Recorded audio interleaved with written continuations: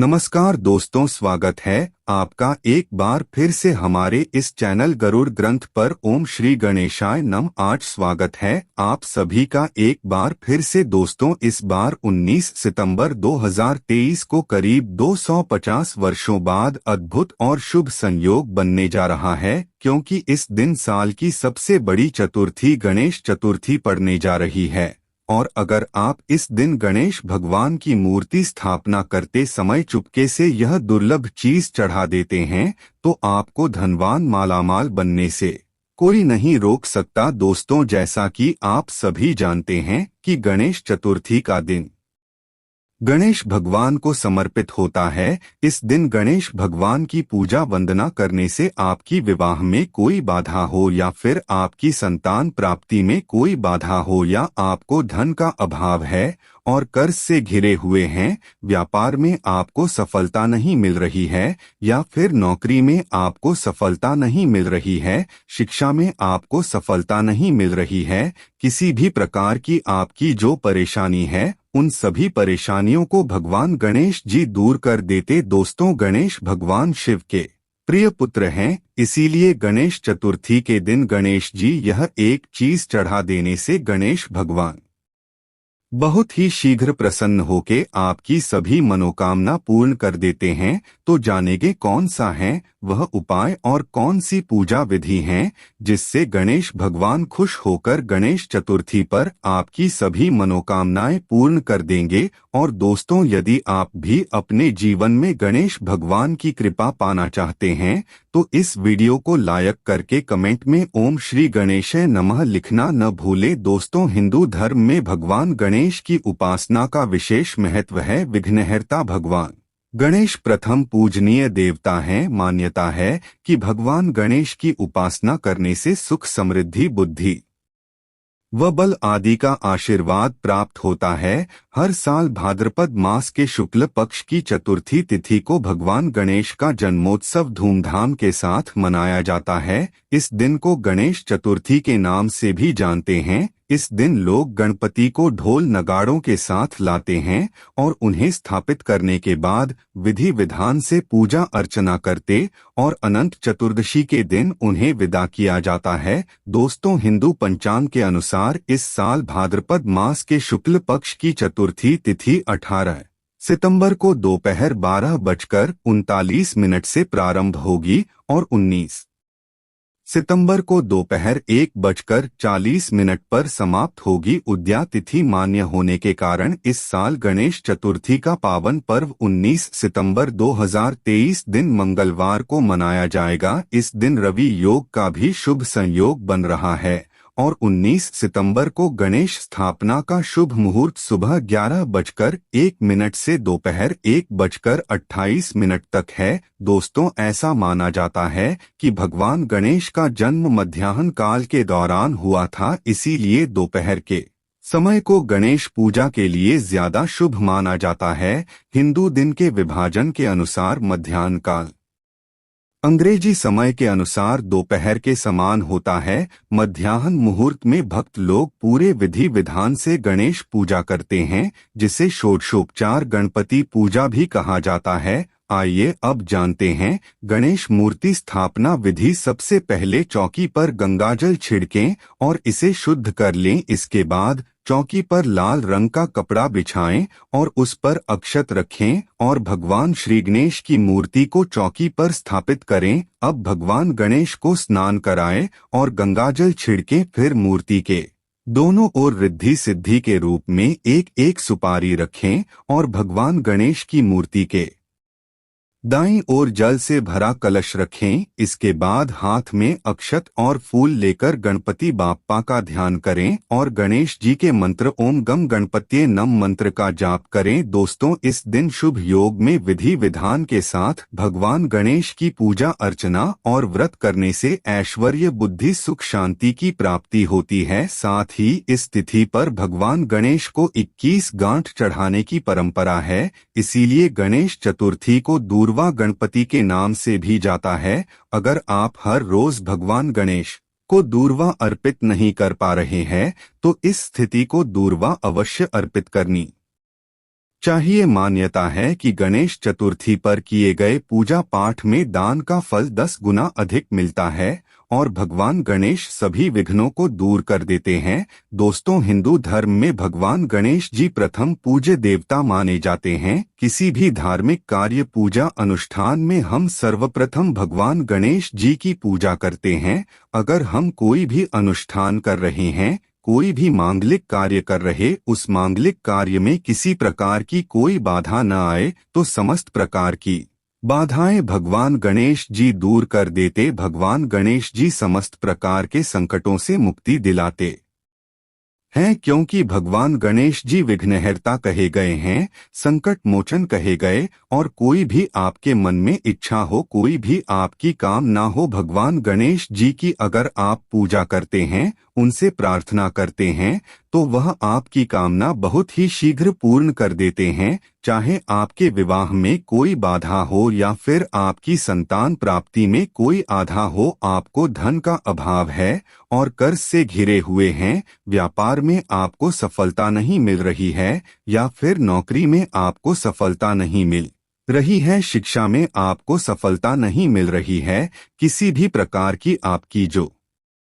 परेशानी है, उन सभी परेशानियों को भगवान गणेश जी दूर कर देते हैं। एक दंताय विद्महे वक्रतुंडाय धीमहि तन्नो दंती प्रचोदयात्, महाकरण विद्महे वक्रतुंडाय धीमहि तन्नो दंती प्रचोदयात्, गजानना विद्महे वक्रतुंडाय धीमहि तन्नो दंती प्रचोदयात्। मित्रों, ये गणेश गायत्री मंत्र है। अगर आप गणेश चतुर्थी के दिन गणेश जी के गायत्री मंत्र का जाप अगर 108 बार कर लेते हैं, यानी कि कम से कम एक माला जाप आप कर लेते हैं, तो इससे आपके जीवन में आने वाली कोई भी परेशानी हो, कोई भी बाधा जो आपके कार्यों में आ रही है, आपके जीवन में किसी भी प्रकार का कोई संकट है, जो भी कोई मुसीबत है, उन सभी प्रकार की विभिन्न बाधाओं से भगवान गणेश जी आपकी रक्षा करते हैं। और किसी भी प्रकार की आपकी मनोकामना है, कोई भी आपके मन में इच्छा है, अगर आप गणेश चतुर्थी के दिन भगवान गणेश की पूजा आराधना करें, गणेश गायत्री मंत्र का एक माला जाप कर ले, उसके बाद अपने मन की इच्छा भगवान से कहे, शीघ्र ही भगवान गणेश की कृपा से आपके मन की इच्छा पूर्ण हो जाती है।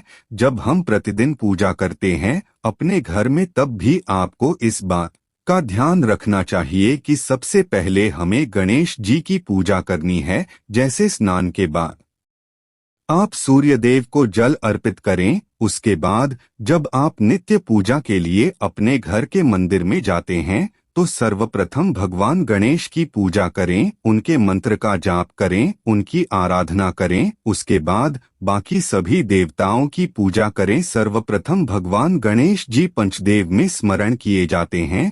प्रातःकाल उठकर अगर आप सर्वप्रथम अपने बिस्तर पर ही बैठे बैठे गणेश जी का स्मरण करते हैं, जैसे कि आप सोकर उठे और सर्वप्रथम अपने हाथों के दर्शन करें, उसके बाद भगवान गणेश जी का स्मरण करें, तो इससे आपके जीवन में किसी प्रकार की अगर कोई बाधा आ रही है, वो दूर हो जाती है। भगवान गणेश जी के स्मरण मात्र से ही समस्त प्रकार की विघ्न बाधाएं दूर हो जाती हैं। दोस्तों, आज की वीडियो में हम आपसे बात करने वाले गणेश चतुर्थी के दिन की पूजा के बारे में, क्योंकि गणेश चतुर्थी का दिन भगवान गणेश जी का विशेष दिन होता है। वैसे हम प्रतिदिन भगवान गणेश जी की पूजा आराधना करते हैं, लेकिन गणेश चतुर्थी के दिन आप विशेष रूप से भगवान गणेश जी की पूजा आराधना करें, क्योंकि यह दिन भगवान गणेश जी को ही समर्पित है।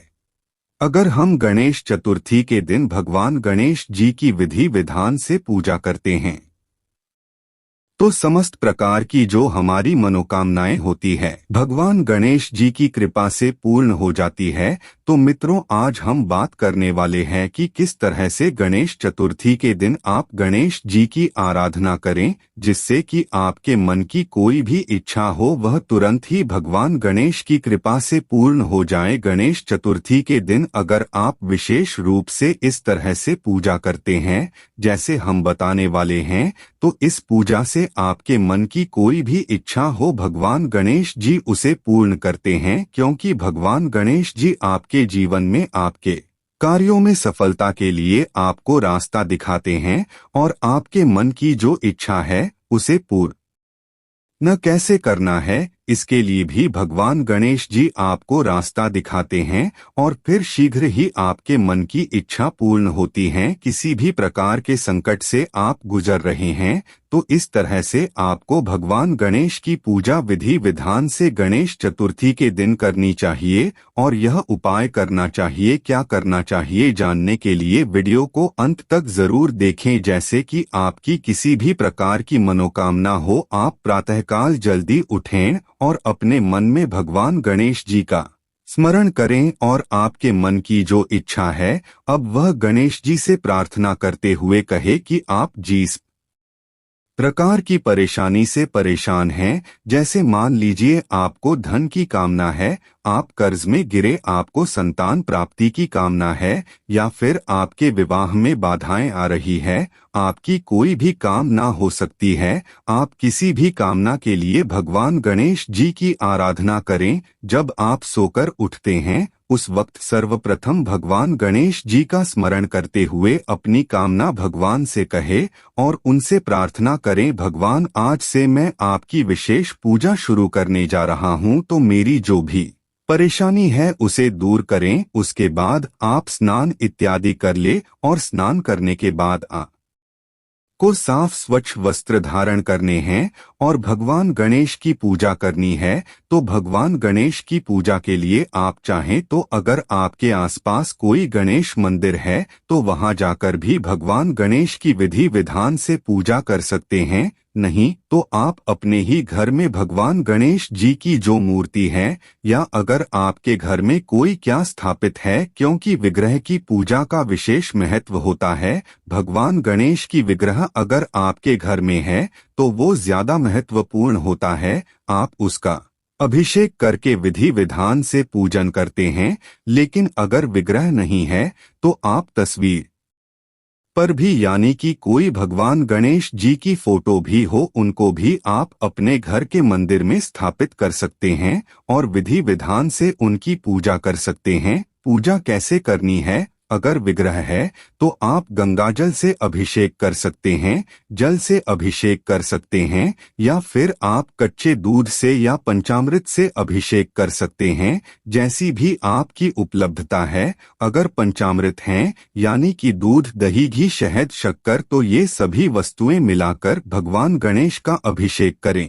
उसके बाद आपको जल गंगाजल से अभिषेक करना है। भगवान गणेश को पीले वस्त्र अर्पित करें, पीले वस्त्र धारण कराएं। भगवान गणेश को इत्र अर्पित करें। इत्र अर्पित करना बहुत श्रेष्ठ होता है। पूजा में जितनी भी सामग्री आप अर्पित कर रहे हैं ये सभी सामग्रियां आपकी कामनाओं को पूर्ण करती है। इसलिए व्यवस्था रखें कि भगवान गणेश की पूजा कर रहे हैं या किसी भी देवी देवता की पूजा कर रहे हैं तो सामग्रियां आप उपलब्ध करवाएं। इस तरह अर्पित करने के बाद आपको यह पीला जनेऊ भगवान गणेश को अर्पित करना है। शुद्ध घी का दीपक प्रज्वलित करें, वहां पर सुगंधित धूप जलाएं, पीले पुष्पों की माला अर्पित करें। आंकड़े का फूल भी भगवान को बहुत प्रिय है, तो अगर आप आंकड़े का फूल अर्पित करते हैं तो इससे भी आपके मन की इच्छाएं पूर्ण होती है। पूजा के समय आपको भगवान गणेश की पूजा में पीले पुष्पों की माला अर्पित करनी है और दूर्वा अर्पित करनी है। दूर्वा अपनी उपलब्धता के अनुसार अर्पित करें। अगर आपके पास 5 दूर्वा है तो आप 5 दूर्वा भी अर्पित कर सकते हैं, या फिर अगर मिल जाए तो 11-21 इस तरह से दूर्वा लेकर उसकी माला बना ले और वो माला आप भगवान गणेश को अर्पित करें तो शीघ्र ही आपके मन की इच्छाएं पूर्ण होंगी। भगवान गणेश जी को हल्दी और सिंदूर का तिलक लगाएं और अक्षत का तिलक भी भगवान गणेश के मस्तक पर जरूर लगाना चाहिए। अक्षत का तिलक जब हम भगवान गणेश के मस्तक पर लगाते हैं, अक्षत मतलब जो चावल होता है उसके टुकड़े नहीं होने चाहिए, साबुत चावल होना चाहिए। तो वो चावल थोड़े से गीले कर लें और वो भगवान गणेश के मस्तक पर लगाएं। इससे क्या होता है, अक्षत लगाने से आपके जीवन में किसी भी प्रकार का संकट हो वो दूर होता है, सुख समृद्धि की प्राप्ति होती है। तो जब आप पूजा करें तो भगवान गणेश के मस्तक पर अक्षत भी जरूर लगाएं। इस दिन पीले रंग का मोदक भगवान को अर्पित करें। जब हम उनके पसंद की कोई चीज अर्पित करते हैं तो भगवान गणेश बहुत प्रसन्न हो जाते हैं। गणेश चतुर्थी के दिन भगवान गणेश को अगर आप साबुत मूंग अर्पित करें जब पूजा कर रहे हैं, विशेष रूप से तो साबुत मूंग ले आए। मूंग दाल नहीं होनी चाहिए, साबुत मूंग होने चाहिए। टुकड़े ना हो तो थोड़ी सी साबुत मूंग आप भगवान गणेश के चरणों में अर्पित करें। और आपको एक विशेष प्रसाद बनाना है। प्रसाद क्या बनाना है? धनिया का चूरमा। धनिया समृद्धि का कारक होता है। धनिये का मतलब एक तरीके से धन ही होता है। जैसे कि हम धनतेरस पर भी धनिया की पूजा करते हैं, धनिया की खरीदारी करते हैं, तो थोड़ा सा धनिया आपको लेना है, उसको थोड़ा सा भून लीजिए और घी और चीनी मिलाकर उसका चूरमा बनाइए और वो भोग स्वरूप भगवान गणेश को अर्पित कीजिए। इस भोग से भगवान गणेश बहुत प्रसन्न होते हैं। यह भोग भगवान को बहुत प्रिय है। अगर आप इस चूरमा का भोग लगाते हैं तो बहुत ही श्रेष्ठ है। गणेश चतुर्थी को आप भोग जरूर अर्पित करें। अगर आपके पास मोदक उपलब्ध हो तो मोदक का भोग लगाएं। अगर मोदक ना हो तो इसकी जगह पर आप कोई भी वस्तु जैसे कि जो आपके पास उपलब्ध हो, अगर बूंदी के लड्डू मिल जाते हैं या आपको मूंग दाल का लड्डू मिल जाता है, मार्केट से ले आए या घर पर बना सकते हैं। मूंग दाल का हलवा भी भगवान को अर्पित कर सकते हैं। कोई भी भोग अर्पित करें, लेकिन भोग में जो आपका मुख्य प्रसाद हो वो धनिये का चूरमा होना चाहिए। आप फलों का भोग भगवान गणेश को अर्पित करें और विधि विधान से भगवान गणेश की पूजा करें। जब आप भगवान गणेश की पूजा करते हैं, उनकी पूजा के समय आपको एक मंत्र जाप करना है। यह विशेष मंत्र है जिसके जाप से आपको धन की प्राप्ति होती है और आपके मन की कोई भी इच्छा हो, भगवान गणेश की इस प्रकार से आराधना करने से आपकी वो मनोकामना अवश्य पूर्ण होती है। ओम नमो भगवते गजानन, ओम नमो भगवते गजानन। इस मंत्र का जाप कम से कम 108 बार करें। अगर आपके पास समय हो तो 11 माला जप लीजिए, या फिर आप बहुत अधिक परेशानी में हैं तो आप गणेश चतुर्थी के दिन 11 माला अवश्य ले। गणेश चतुर्थी के दिन अगर आप यह कर लेते हैं तो यकीन मानिए भगवान गणेश की कृपा से आपके जीवन में किसी भी प्रकार का संकट हो वो दूर होने लगेगा और आपके जीवन में सफलता के रास्ते खुलने लग जाएंगे। मन की जो भी इच्छा है जो आपने भगवान को कही है, आपकी इच्छा पूर्ण होने के रास्ते आपको दिखने लग जाएंगे। भगवान गणेश सभी प्रकार के सुखों को देने वाले हैं। विघ्नहर्ता, संकट मोचन है और रिद्धि सिद्धि के दाता है। एकमात्र भगवान गणेश की आराधना से ही हमें समस्त प्रकार की सिद्धियों की प्राप्ति हो जाती है, समस्त प्रकार की कामनाएं पूर्ण हो जाती है। गणेश चतुर्थी के दिन भगवान गणेश को प्रसन्न करने के लिए आप गणेश अथर्वशीर्ष का भी पाठ कर सकते हैं और आप चाहे तो भगवान गणेश के मंत्र का जाप कर सकते हैं।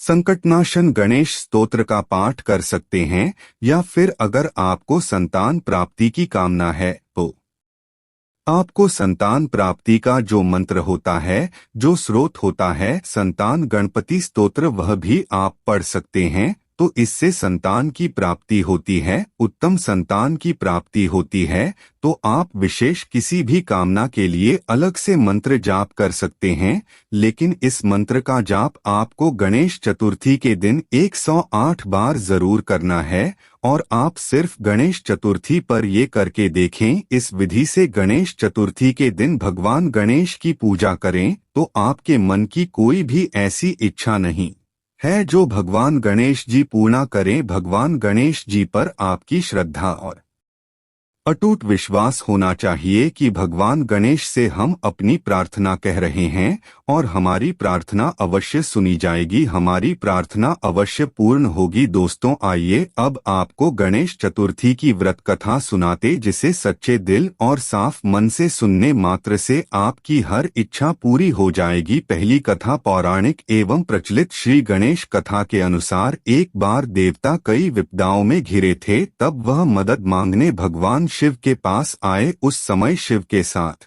कार्तिकेय तथा गणेश जी भी बैठे थे। देवताओं की बात सुनकर शिवजी ने कार्तिकेय व गणेश जी से पूछा कि तुम में से कौन देवताओं के कष्टों का निवारण कर सकता है।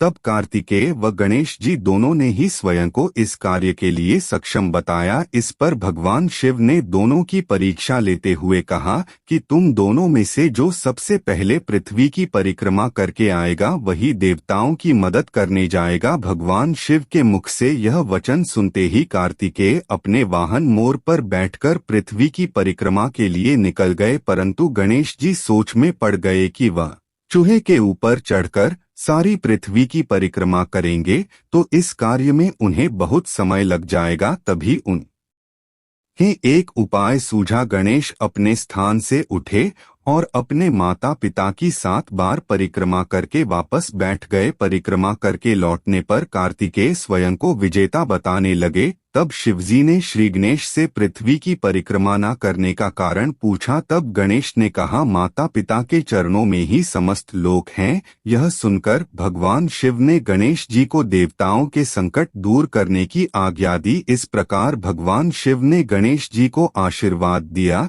कि चतुर्थी के दिन जो तुम्हारा पूजन करेगा और रात्रि में चंद्रमा को अर्घ्य देगा उसके तीनों ताप यानी दैहिक ताप, दैविक ताप तथा भौतिक ताप दूर होंगे। इस व्रत को करने से व्रतधारी के सभी तरह के दुख दूर होंगे और उसे जीवन के भौतिक सुखों की प्राप्ति होगी। चारों तरफ से मनुष्य की सुख समृद्धि बढ़ेगी, पुत्र पौत्रादि धन ऐश्वर्य की कमी नहीं रहेगी। गणेश चतुर्थी व्रत की दूसरी कथा। एक समय की बात है, राजा हरिश्चंद्र के राज्य में एक कुम्हार था। वह मिट्टी के बर्तन बना था लेकिन वे कच्चे रह जाते थे। एक पुजारी की सलाह पर उसने इस समस्या को दूर करने के लिए एक छोटे बालक को मिट्टी के बर्तनों के साथ में डाल दिया। उस दिन संकष्टी चतुर्थी का दिन था। उस बच्चे की मां अपने बेटे के लिए परेशान थी। उसने गणेश जी से बेटे की कुशलता की प्रार्थना की। दूसरे दिन जब कुम्हार ने सुबह उठकर देखा तो आमे उसके बर्तन तो पक गए थे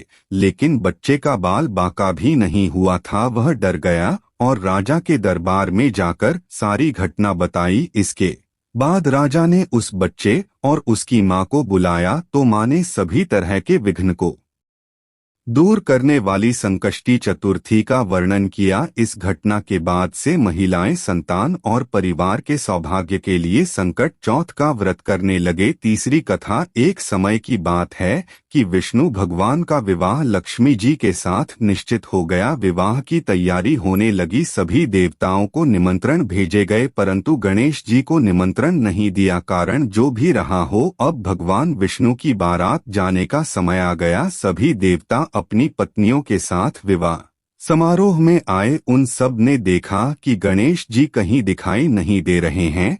तब वे आपस में चर्चा करने लगे कि क्या गणेश जी को नहीं होता है या स्वयं गणेश जी ही नहीं आए हैं। सभी को इस बात पर आश्चर्य होने लगा। तभी सब ने विचार किया कि विष्णु भगवान से ही इसका कारण पूछा जाए। विष्णु भगवान से पूछने पर उन्होंने कहा कि हमने गणेश जी के पिता भोलेनाथ महादेव को न्योता भेजा है। यदि गणेश जी अपने पिता के साथ आना चाहते तो आ जाते, अलग से न्योता देने की कोई आवश्यकता भी नहीं थी। दूसरी बात यह है कि उनको 1.25 मन मूंग, 1.25 मन चावल, 1.25 मन की और 1.25 मन लड्डू का भोजन दिन भर में चाहिए। यदि गणेश जी नहीं आएंगे तो कोई बात नहीं, दूसरे के घर जाकर इतना सारा खाना पीना अच्छा भी नहीं लगता। इतनी वार्ता कर ही रहे थे कि किसी एक ने सुझाव दिया, यदि गणेश जी आ भी जाए तो उनको द्वारपाल बनाकर बैठा देंगे कि आप घर की याद रखना। आप तो चूहे पर बैठकर धीरे धीरे चलोगे तो बारात से बहुत पीछे रह जाओगे। ये सुझाव भी सबको पसंद आ गया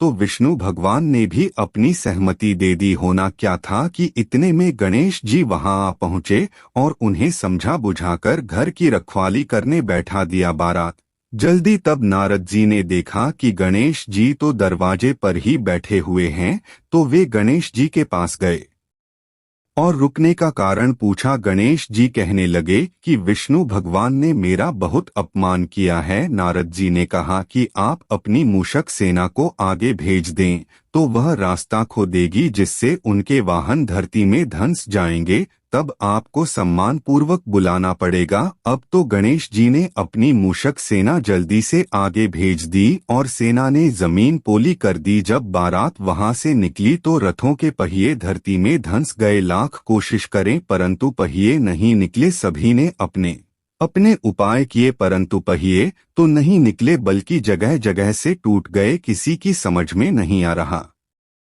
था कि अब क्या किया जाए। तब तो नारद जी ने कहा, आप लोगों ने गणेश जी का अपमान करके अच्छा नहीं किया। यदि उन्हें मना कर लाया जाए तो आपका कार्य सिद्ध हो सकता है और यह संकट टल सकता है। शंकर भगवान ने अपने दूत नंदी को भेजा और वे गणेश जी को लेकर आए। गणेश जी का आदर सम्मान के साथ पूजन किया। तब कहीं रथ के पहिए निकले। अब रथ के पहिए निकल के गए परंतु वे टूट फूट गए तो उन्हें सुधारें कौन। पास के खेत में खाती काम कर रहा था, उसे बुलाया गया। खाती अपना कार्य करने के पहले श्री गणेशाय नमः कहकर गणेश जी की वंदना मन ही मन करने लगा।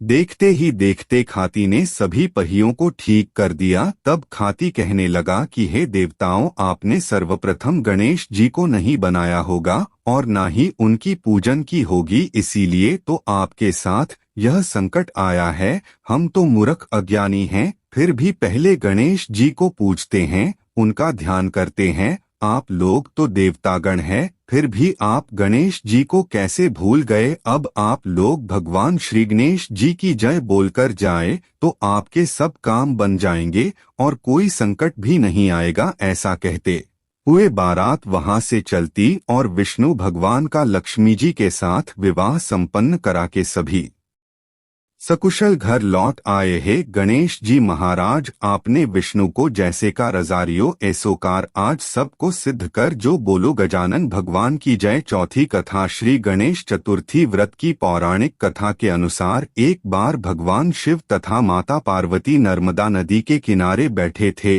वहां माता पार्वती ने भगवान शिव से समय व्यतीत करने के लिए चौपड़ खेलने को कहा। शिव चौक पर खेलने के लिए तैयार हो गए परंतु इस खेल में हार जीत का फैसला कौन करेगा, यह प्रश्न उनके समक्ष उठा तो भगवान शिव ने कुछ दिन के एकत्रित कर उसका एक पुतला बनाकर उसकी प्राण प्रतिष्ठा कर दी और पुतले से कहा, बेटा हम चौपड़ खेलना चाहते हैं परंतु हमारी हार जीत का फैसला करने वाला कोई नहीं है, इसीलिए तुम बताना कि हम दोनों में से कौन हारा और कौन जीता। उसके बाद भगवान शिव और माता पार्वती का चौपड़ खेल शुरू हो गया। यह खेल 3 बार खेला गया और संयोग से तीनों बार माता पार्वती ही जीत गई। खेल समाप्त होने के बाद बालक से हार जीत का फैसला करने के लिए कहा गया तो उस बालक ने महादेव को विजयी बताया। यह सुनकर माता पार्वती क्रोधित हो गई और क्रोध में उन्होंने बालक को लंगड़ा होने कीचड़ में पड़े रहने का श्राप